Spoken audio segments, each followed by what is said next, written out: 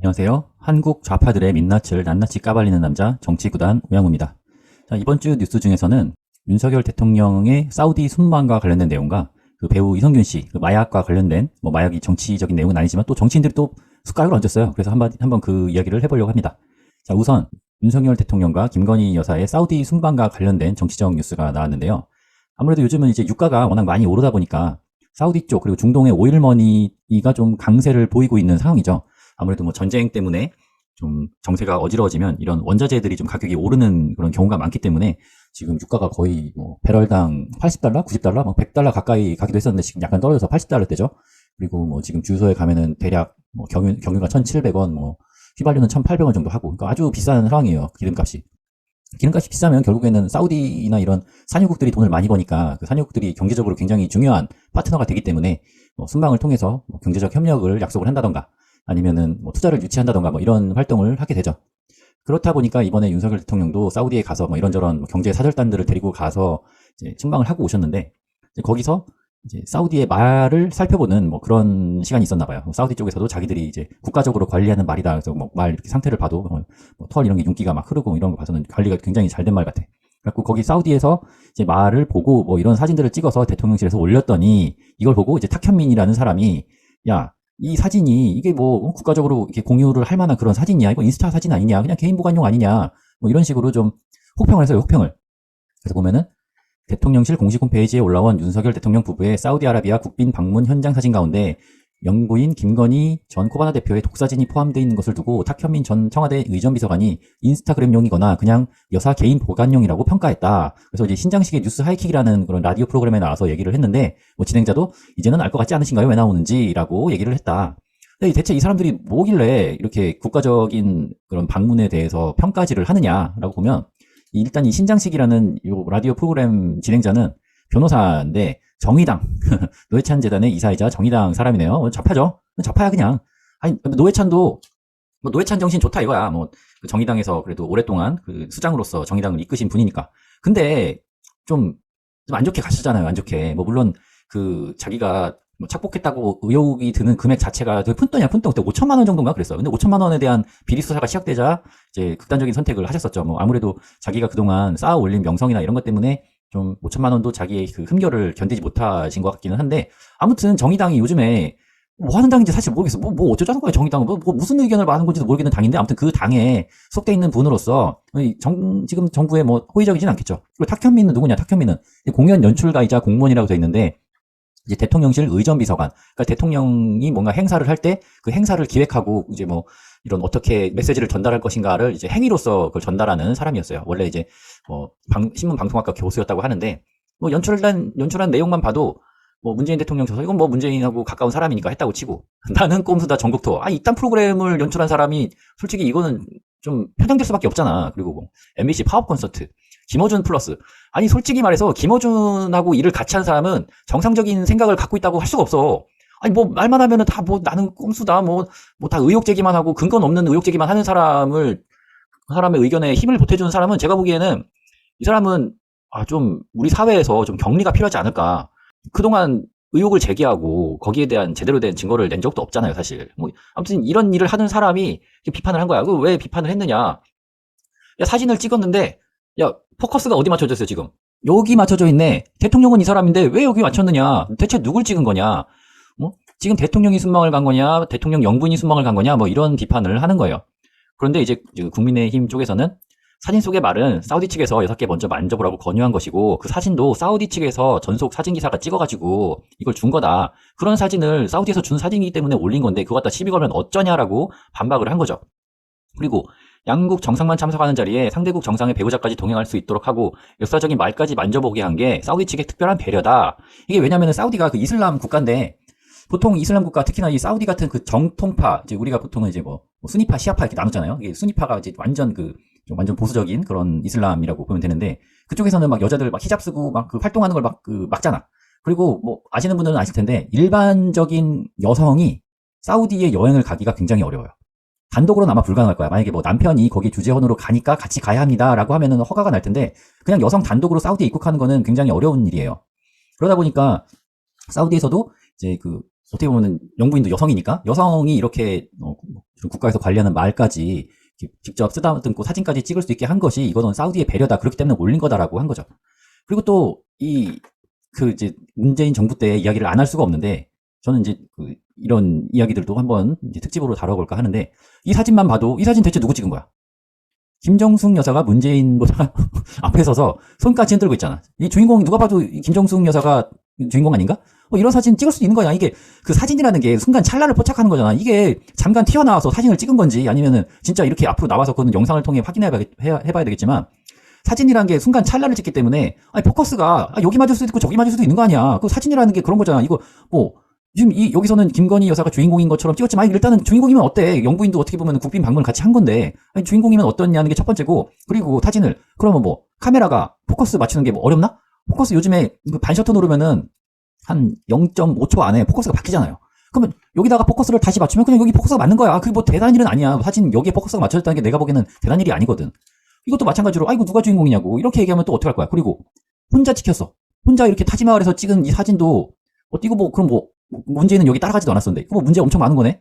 탁현민의 주장대로라면 개차반인 거야. 이거 뭐야? 누가 주인공이야? 누가 대통령이야? 김정석이 대통령인 줄 알았어. 이렇게 말할 수밖에 없는 거예요.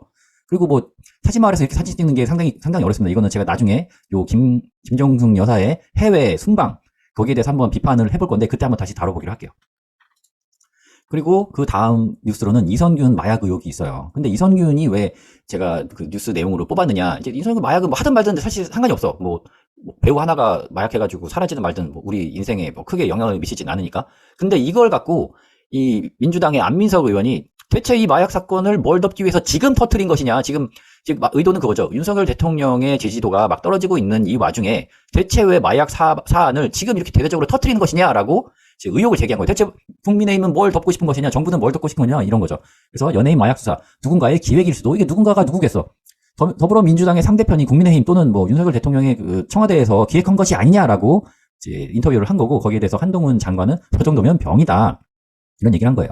그래서 뉴스 내용, 기사 내용이 어떠냐면은 민주당 일각에서 폴폴 나오고 있는 주장인데요. 우선 안민석 의원이 라디오 인터뷰에서 공개적으로 거론하면 문제가 됐습니다. 그러니까 그냥 개인적으로 우리도 그런 얘기 하잖아. 막 뭔가 연예계에서 큰 사건이 일어나서 대서특필되고 하면은 대체 뭘 덮으려고 그러는 거냐고 막 농담을 하잖아. 대체 정치권에서 뭘 숨기는 거냐? 어쩌면 숨기는 건 아니지.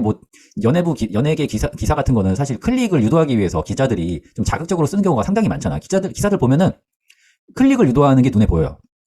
예를 들어서 김연아에 대한 기사를 써. 근데 김연아에 대한 뉴스 기사에 절대 김연아만 언급하지 않아요. 김연아 남편 이름도 언급해. 누구누구의 사랑 김연아 어쩌고저쩌고 했다. 반대도 마찬가지야. 포레스텔라 제 멤버 이름은 모르겠는데 포레스텔라에 대한 뉴스 기사가 나올 때 김연아의 사랑 포레스텔라 누구누구 이런 식으로 클릭을 유도한단 말이야. 검색 키워드에 많이 걸리도록. 그래서 이게 연예계 뉴스 같은 경우에는 이 각 신문사, 각 언론사에서 클릭을 통한 광고 수익을 올리기 위해서 자극적으로 보도를 하는 것 뿐이지 뭘 덮으려고 이걸 기사를 내는 게 아니란 말이야. 근데 안민석이 뭐라고 했냐면 역대 정권이 불리할 때 연예인들의 이런 마약을 터뜨려가지고 소위 말하는 이제 이슈로 덮는. 그래서 제가 정치는 타이밍의 예술이라고 하는데 이런 것들을 바보가 아니라고 그러면 누군가가 의도하고 기획할 수도 있겠다. 그런 오해를 사기에 충분한 타이밍인 것이죠. 이게 안민석 주장은 그거야. 뭔가 연예계에 큰 이슈가 터뜨리는 건 말 그대로 이제 이슈로 덮기 위해서 정치적으로 이용하는 것이다. 그렇게 얘기를 한 건데 그러면은 민주당 문재인 정권 5년 동안 있었던 연예계 뉴스는 전부 다 민주당에서 컨트롤했다는 얘기인가? 대체 뭘 숨기려고? 이게 이 국회의원이라는 사람이 대한민국의 국회의원 특히나 5선 의원이라는 사람이 이런 말을 하는 게 말이 되냐고 이런 어처구니 없는 말을 하는 게 옛날에 인터넷 뉴스 기사가 없던 시절에는 그게 가능할 수도 있겠다고 생각을 해요. 왜냐면 우리가 뉴스를 접할 수 있는 매체가 TV에 나오는 9시 뉴스 또는 조간 석간 신문밖에 없다고 하면 거기만 틀어막으면 사실 몰라. 알 수가 없잖아. 보도를 안 해주면 우리가 알 수가 없어요. 근데 지금은 트위터, 지금 X라고 하죠. X, 인스타그램, 페이스북, 유튜브 이 모든 매체들을 우리가 막을 수가 없단 말이야. 누군가 이런 이슈를 제기해서 한번 그런 SNS에다가 올리면 1시간도 안 돼서 전 국민이 알게 돼요. 이걸 막는다? 이걸 어떻게 막어? 그거는 말도 안 되는 일이고 특히나 그런 주요 SNS들은 전부 다 미국 건데 그걸 우리나라에서 어떤 식으로 그거를 컨트롤 하겠냐고 말도 안 돼. 근데 이 안민석이라는 사람이 오산 지역에 이제 5선 의원이나 지내고 있는 분인데 이 사람이 아주 많은 논란거리를 항상 만들어요. 항상. 이제 중요한 거 2개만 한번 살펴보자면 일단 최순실 게이트가 있어요. 최순실 게이트는 잘 아시겠지만 박근혜 대통령이 탄핵을 받게 된 그런 사건이었죠. 근데 이제 안민석 의원이 그 사건을 소재로 해서 책을 냈어. 한반도 운명을 바꾼 국정농단 추적기 끝나지 않은 전쟁이라는 책을 냈어요. 2018년도에 냈네. 이게 내용이 뭐냐면은 자기가 이 최순실 일가의 은닉 재산 환수와 관련해서 그 재산을 대체 얼마나 숨겨놨는지 이제 그거를 파헤치고 다녔다는 거야. 그래서 막 독일과 스위스 이제 유럽 쪽에다가 최순실 일가가 부정축제한 재산 향방을 쫓았다. 그래서 최순실 재산 몰수 특별법을 제정해서 막 열심히 이런 페이퍼 컴퍼니의 실체를 파악하기 위해서 자기가 이제 동분서주했다라는 걸 책으로 쓴 거야.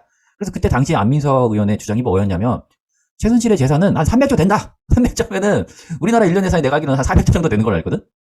우리나라를 1년 동안 최순실이 운영할 수 있다. 이런 정도의 규모예요. 그리고 지금 뭐 요즘에 그 전청조가 자기 재산이 50조라고 해가지고 뭐 이재용도 10조인데 그걸 누가 믿냐 이런 얘기가 나오고 있는데 300조면 대체 뭐야?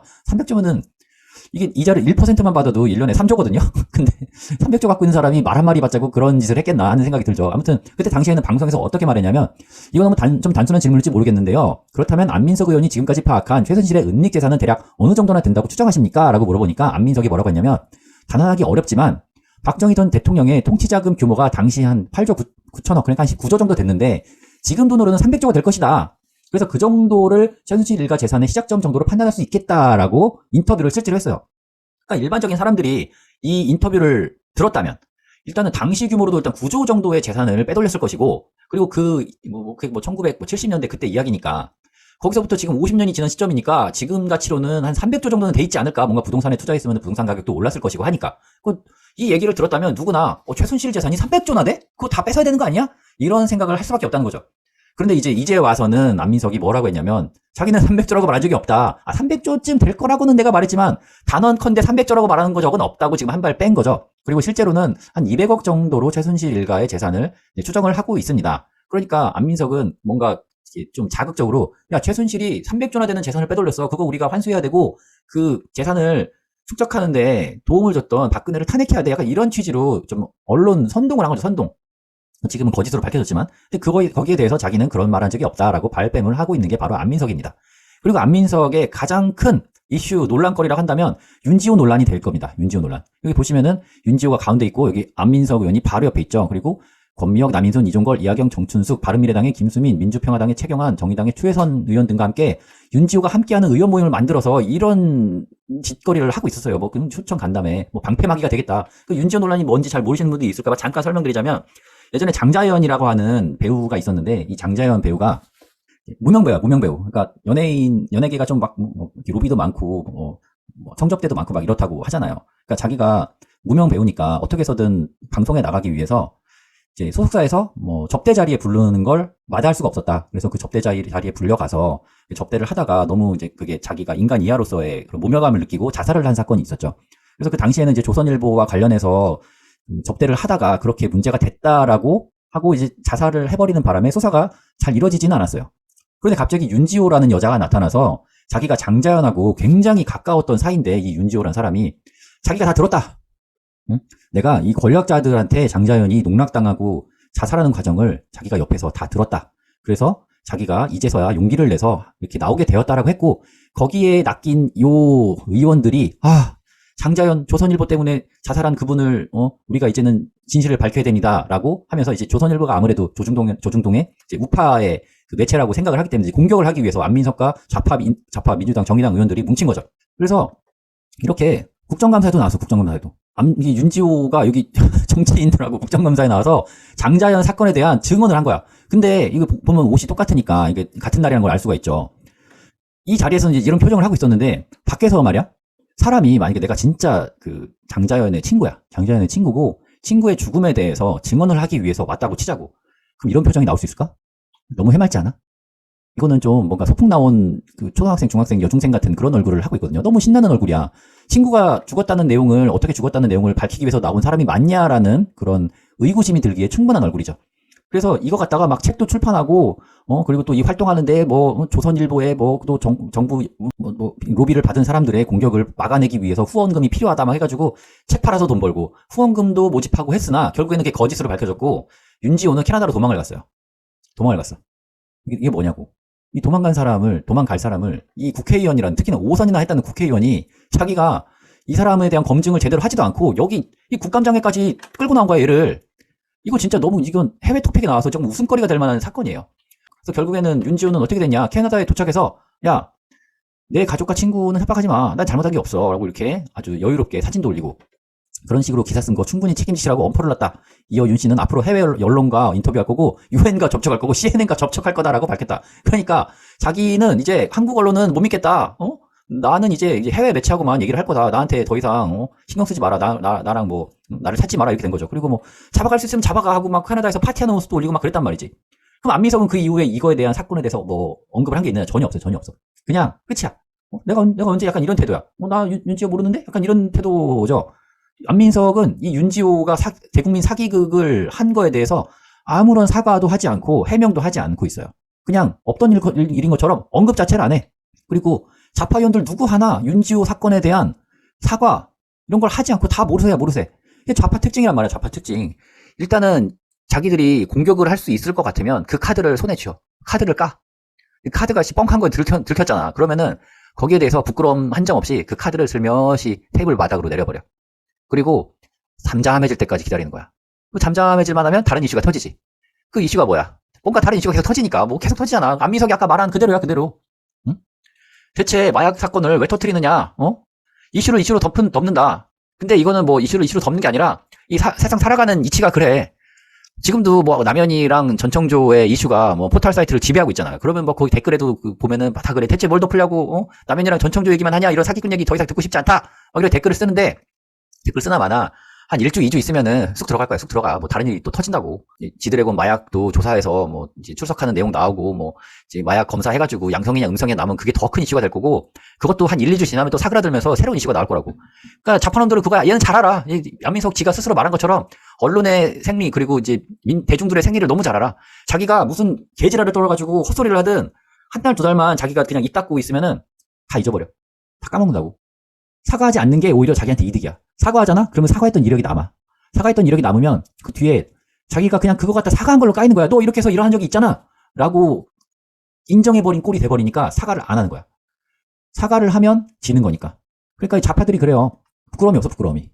자기가 잘못했음에도 불구하고 잘못한 걸 시인하는 게 자기한테 불리하기 때문에 잘못한 걸 시인하지 않아. 절대 사과하지 않아. 자기들이 잘못한 거를 자기들이 인정하는 순간 오히려 역공을 받으니까. 그게 좌파예요. 자, 오늘 여기까지 하고 다음 시간에 또 다른 이야기로 찾아뵙도록 하겠습니다. 감사합니다.